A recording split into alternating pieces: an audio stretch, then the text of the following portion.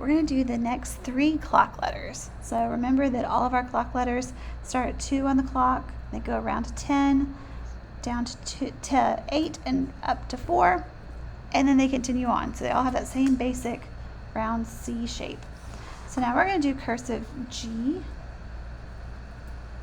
and you'll see that it does have a lot of resemblance to a print G, and it starts at 2 on the clock, goes around, and then we close it up like we do on all of the letters except for C.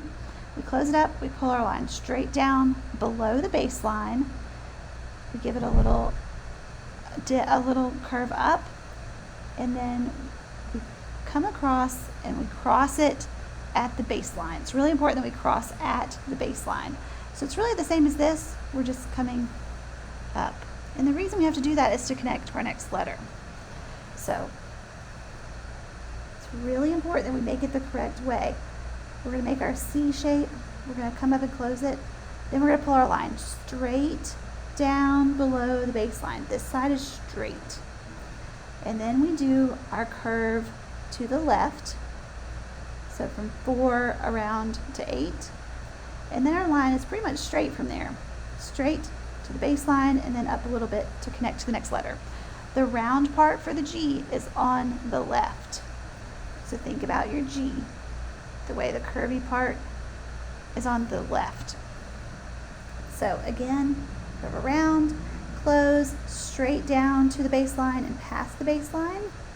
Do your curve to the left and cross at the baseline. We do not want to practice, let me come down here. Do not practice like this. This is a common mistake.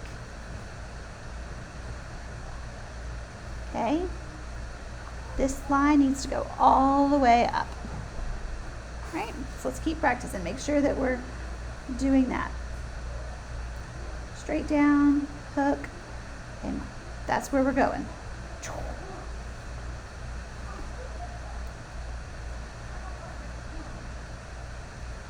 Around, close, straight down below the baseline, curve to the left, and cross at the baseline. Start at 2 on the clock every time.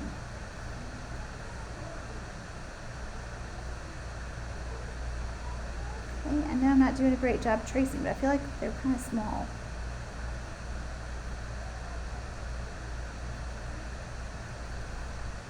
Okay.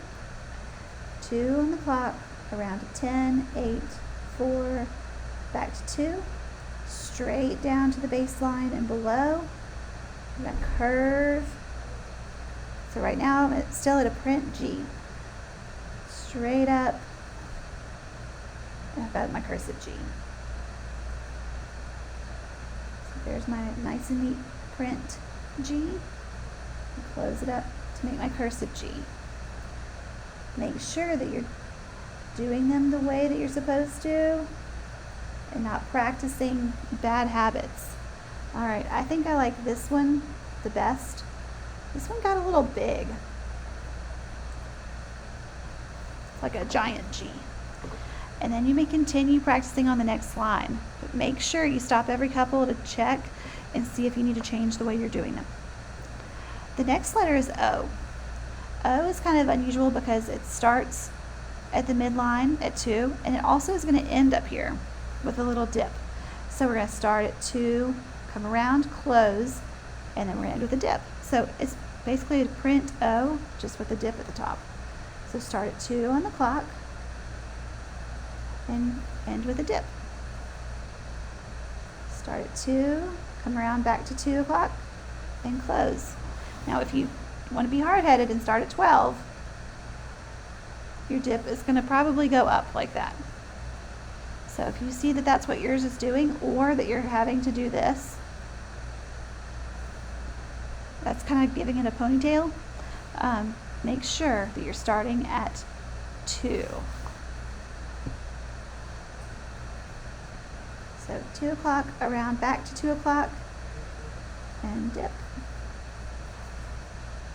And that little dip is what's going to let it connect to the next letter. So if you have an O in your name, think of what letter comes after it.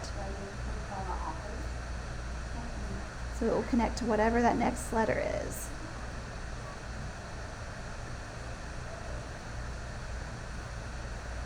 Make sure they're about halfway as big as the line is.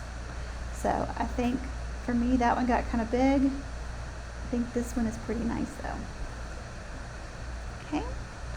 Now the last one we're going to practice, the last clock letter that we have for the lowercase letters. This letter is a Q.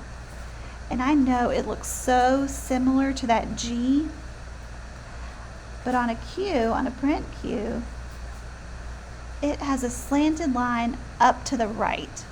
In the same way, the G is going to curve backwards to the right. Okay, watch what this is going to look like. So we're going to go around and straight down, just like a G, but here we're going to come this way. Okay, on the G, we went forward. The Q is going to go backwards to the right. So I'm going to just do the whole motion over here.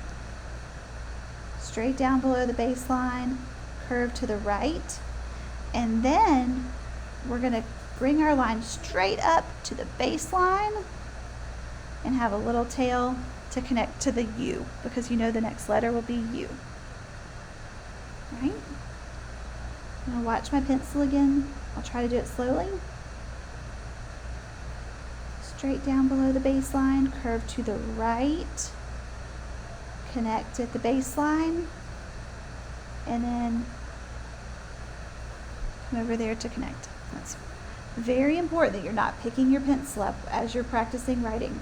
Cursive is one fluid movement. It flows. We don't pick up our pencil until we finish a word. Okay. Now, I'm not checking about how well I'm tracing, but I am checking this one. I noticed I didn't close it all the way. I really like that this one looks nice and smooth. So I'm going to keep an eye on how I'm writing my letters so I don't practice bad habits. Slow at first is just fine. Take your time. It's more important to do 4 or 5 great ones than to do 100 terrible ones. We would much rather you just do a few really good ones, and then we can practice doing more. But don't practice bad handwriting. So Q goes to the right. Sometimes, if your parents are around, just pause the video right now. Sometimes I'll have the kids imagine that this is a face.